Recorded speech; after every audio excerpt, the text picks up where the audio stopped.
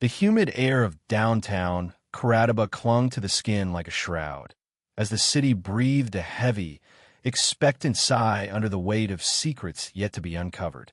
The night of September 11th, 2015, unfolded with an eerie stillness, interrupted only by the distant hum of traffic and the occasional rustle of curtains in the high-rise buildings.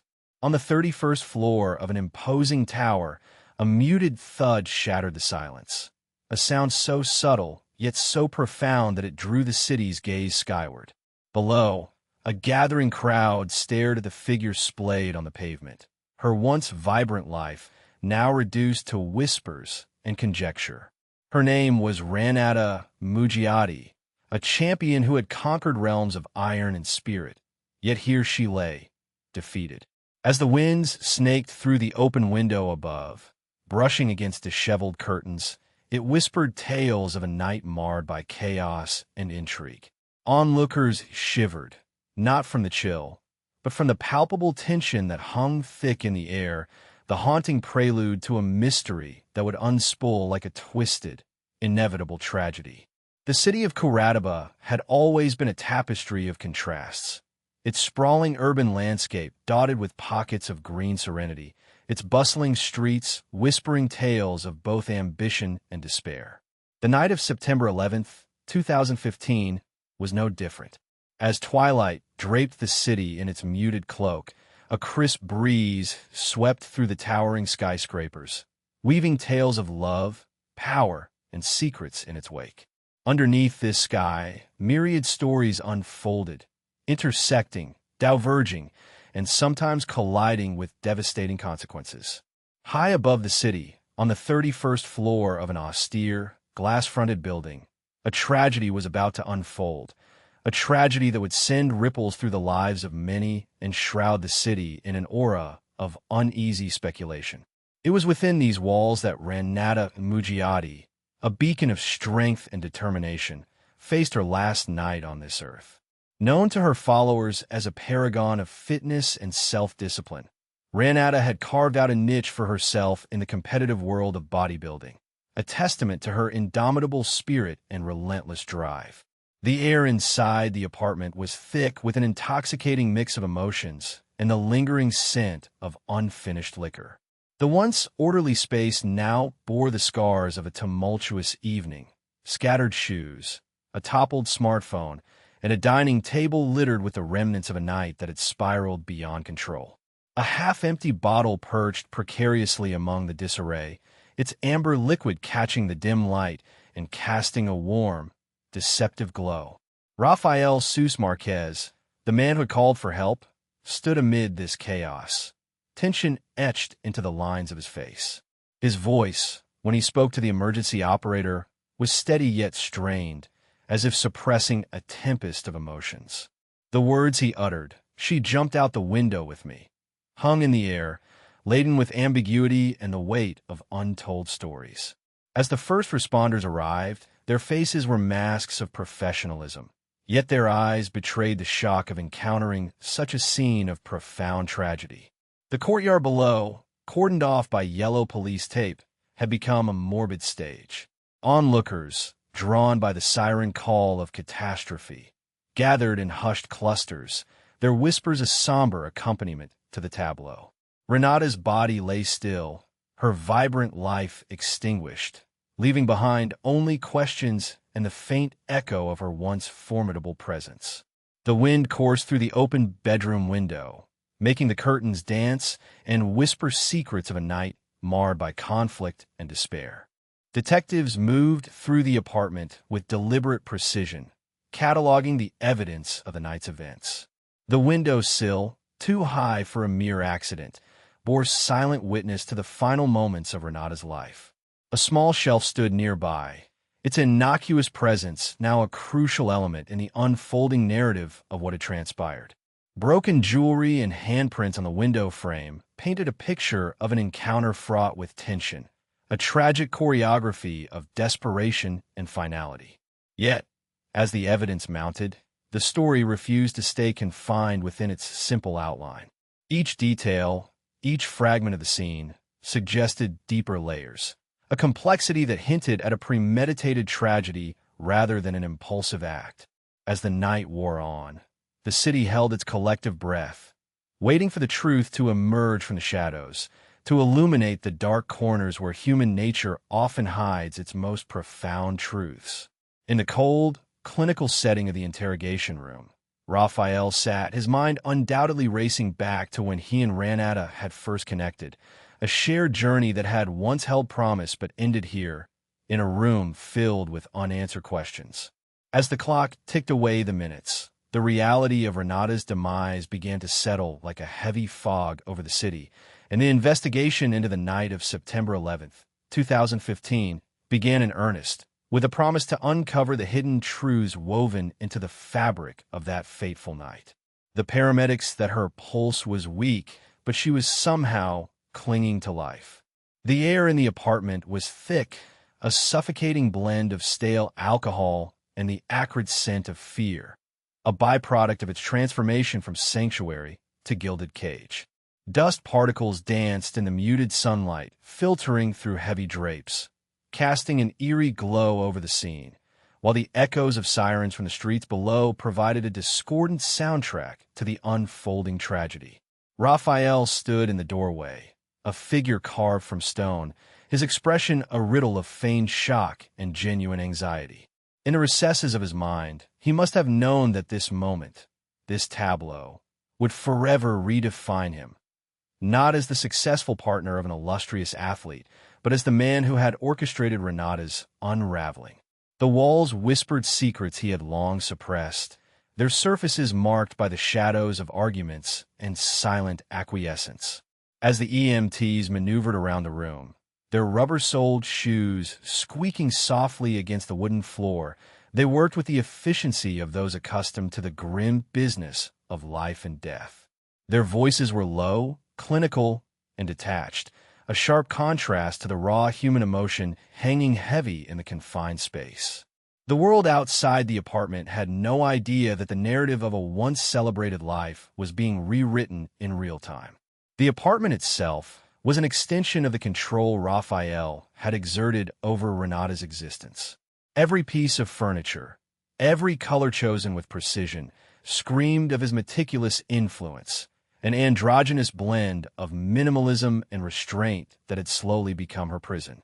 Against this backdrop, Renata's frail body seemed an anomaly, like a vivid painting slowly fading under a relentless sun.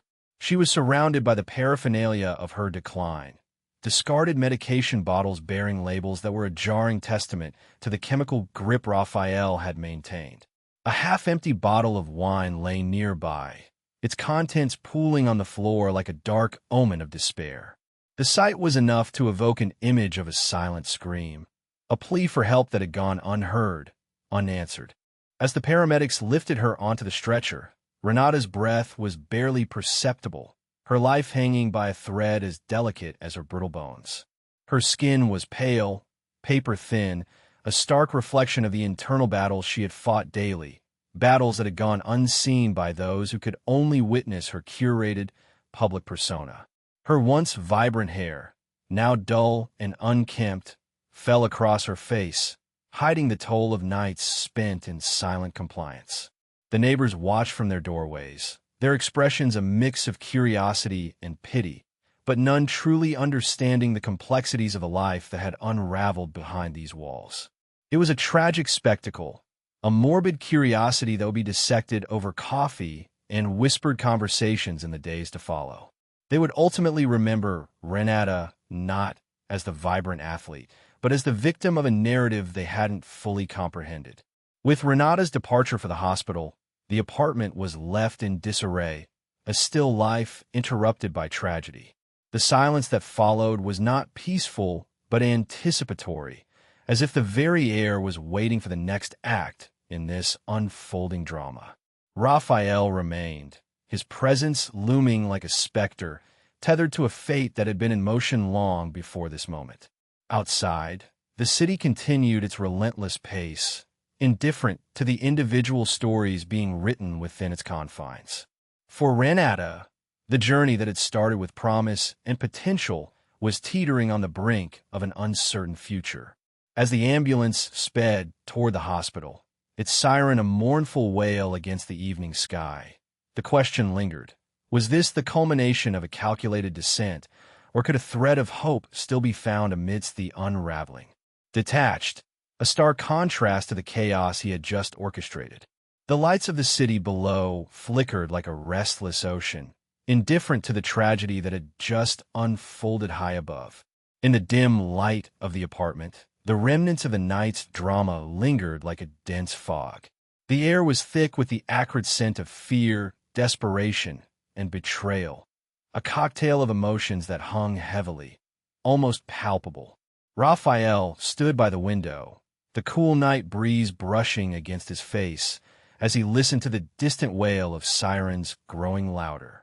The room was a silent witness, its walls having absorbed the echoes of their argument. The final cries of Renata, a haunting refrain that would replay endlessly in the minds of neighbors who had heard but could not help. Raphael's eyes were fixed on the cityscape, but his mind was elsewhere, lost in the labyrinth of deceit he had meticulously constructed. Each step, each calculated move, was now part of an irreversible chain of events. The photographs on his phone, the perfect snapshots of Renata in her final moments, were a grotesque trophy of his manipulation, a testament to his control over her narrative. Outside, the early morning air was crisp, carrying with it the metallic taste of urban life, a reminder of the stark reality of survival in a city that never slept. The flashing lights of police cars bathed the street below in an eerie blue glow. It was as if the city itself was mourning, casting its own form of judgment on the tragedy that had played out so high above. As Raphael stepped away from the window, the weight of his own actions seemed to settle on his shoulders. Each step he took reverberated through the apartment, the creaking floorboards bearing silent witness to his solitary journey through the aftermath of Renata's death. He moved with the precision of a chess master, aware of every piece on the board, every possible move that could unfold. The echoes of earlier, the laughter and camaraderie of patrons at the club, now seemed like ghostly memories, overshadowed by the sinister reality of what had transpired. Raphael recalled the way Renata had looked at him that evening, her eyes searching for something, understanding, perhaps, or a hint of the warmth that had once existed between them. But that warmth had long turned to ash, replaced by the chilling reality of their fractured relationship, a reality that Raphael had manipulated to serve his own dark agenda. He had become the puppet master, pulling strings that Renata could not see, leading her to a fate she could never escape. In the silent aftermath, Raphael's mind raced through what he would say, how he would frame the story to investigators, to friends, to himself.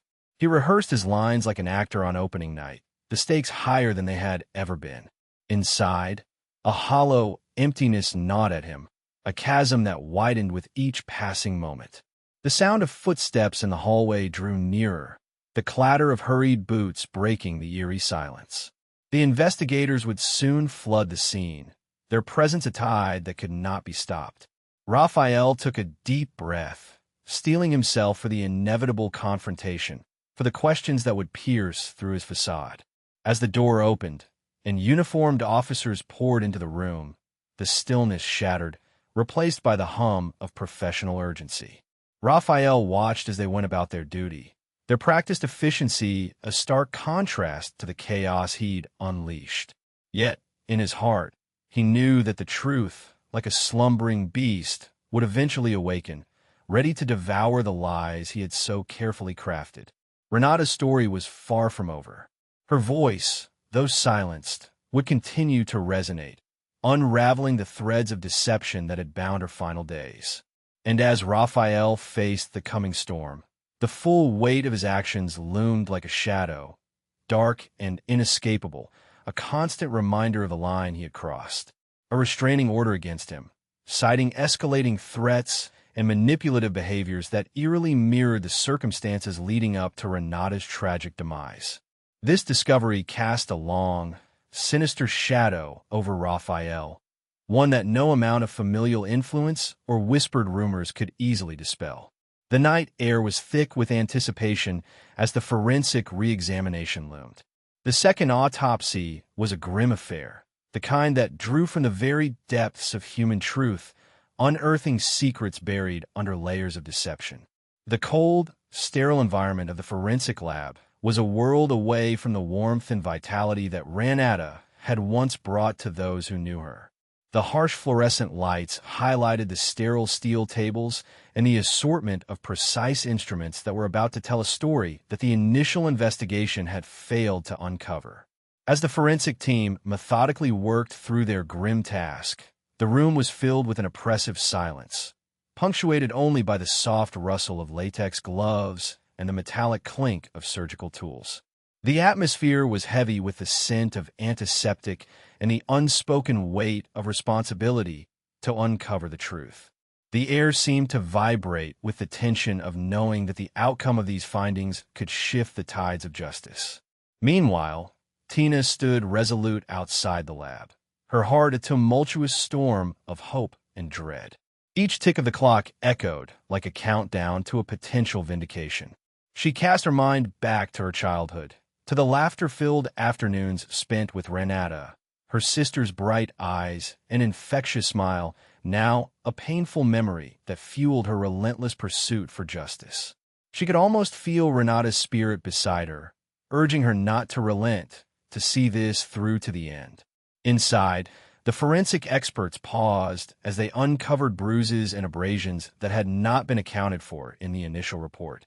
Each finding was a blow against the carefully constructed narrative that had been accepted too readily. The team worked with the precision of a surgeon, peeling back layers not just of tissue, but of lies and omissions that had cloaked the truth. When the team finally emerged, Tina's heart pounded loudly in her chest, the crescendo of a symphony that had been building within her since the day she received the news of Renata's death. The lead forensic specialist, a seasoned woman with kind eyes hardened by years of confronting humanity's darker side, nodded solemnly to her. "We found what we needed," she said softly, the words laced with the gravity of the revelation. Tina's breath hitched, a tear slipping down her cheek as the enormity of the moment crashed over her. As the findings were publicized, a ripple of shock coursed through the community. The discrepancy between the initial autopsy and the new revelations was stark, a glaring indictment of the corruption and foul play that had marred the original investigation. The media that had once painted a picture of a troubled soul now shifted, the narrative changing with the undeniable evidence presented. Raphael, once the beneficiary of public sympathy and familial connections, was now under intense scrutiny. The walls that had protected him began to crumble, revealing the monstrous reality of his actions. The truth of Renata's final moments, once a whisper in the dark, was now a clarion call for justice, a testament to the tenacity of a family that refused to let her memory be tarnished by lies.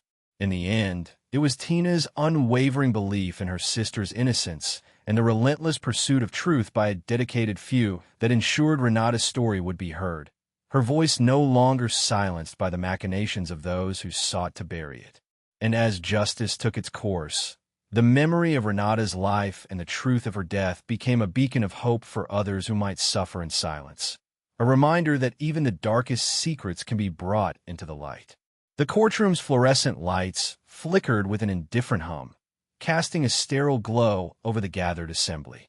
The atmosphere was thick with anticipation and a palpable tension. A somber silence stretched among the spectators, broken only by the rustle of papers and the whispered exchanges of court officials. Rafael Sus Marquez, once a respected physician, now sat at the defendant's table, his demeanor a mix of arrogance and defiance. His face, a mask of composure, belied the turmoil that lay beneath the surface, a turmoil now laid bare for all to see. The walls of the courtroom were lined with wooden panels that seemed to shudder with the weight of the stories they had heard over the years. The air was sharp with the scent of polished wood and the metallic tinge of anticipation. It was here, in this hallowed space of justice, that the tangled web of Raphael's deeds began to unravel, thread by sordid thread. As the prosecution laid out its case, the room became a theater of memory. Every piece of evidence was a spotlight on the dark chapters of Raphael's life. The photographs displayed on the overhead screen were haunting, visceral reminders of the violence that had been inflicted not just on Ranata, but on every woman who had crossed the path of Raphael's wrath. Faces contorted in terror, bruises in various stages of healing, and the hollow eyes of those who had suffered silently. All these screamed for justice from the depths of their capture images. The jury, a cross-section of society, sat rapt, their expressions grave as they absorbed the harrowing testimonies. Each witness brought forth their piece of the grim mosaic. A medical professional recounting the extent of Renata's injuries, a neighbor recalling the chilling screams that pierced the night, a former partner describing the suffocating grip of Raphael's control. These testimonies were not just words. They were echoes of a pain that refused to be silenced, each tale a thread woven into the tapestry of Raphael's calculated brutality. The courtroom, in its stoic grandeur, bore witness to Raphael's attempts to manipulate the narrative. His defense, a flimsy facade of denial, crumbled under the weight of irrefutable evidence. The medical reports were damning, clinical in their detail, yet deeply humanizing in their implications. The X-rays, the forensic analysis, the haunting remnants of a life brutally cut short. They painted a portrait of a man whose charm was but a thin veneer over a chasm of violence. Tina Gabriel sat in the front row, her presence a testament to resilience. Her eyes, though weary, blazed with a fierce determination. She had fought tirelessly for this moment, navigating the labyrinth of legal challenges, defying the odds stacked against her family. Her heart felt every beat of the judicial clock, each tick a reminder of the years spent in pursuit of justice for her sister. As the trial neared its end, the closing arguments resonated with a solemn finality. The prosecutor, unwavering in the face of Raphael's deceit, spoke of the courage required to confront such evil and the strength demanded to seek justice. His words hung in the air, a clarion call for accountability, reverberating through the hearts of those present. In the final moments, as the jury delivered its unanimous verdict, a collective breath was released, an exhalation of relief, a sigh of resolution. Rafael Sus Marquez was pronounced guilty, the sentence a searing brand of justice that would not be denied. The room erupted in a wave of cathartic applause, the sound a testament to the triumph of truth over treachery. Outside the courthouse, as the sun dipped below the horizon, casting the sky in hues of defiant orange and purple, Renata's family stood together, united in their grief yet buoyed by a newfound peace. Their voices, once overshadowed by the din of deception, now rang clear and true, an enduring legacy of perseverance, a beacon for all who dared to hope. Whispers of justice carried on the evening breeze, the courthouse doors finally closing on a saga of deception. The echoes of chains, a symphony of fate catching up with Raphael, rang through the air. As dusk painted the world in somber hues, justice stood tall, a relentless force, unyielding and eternal.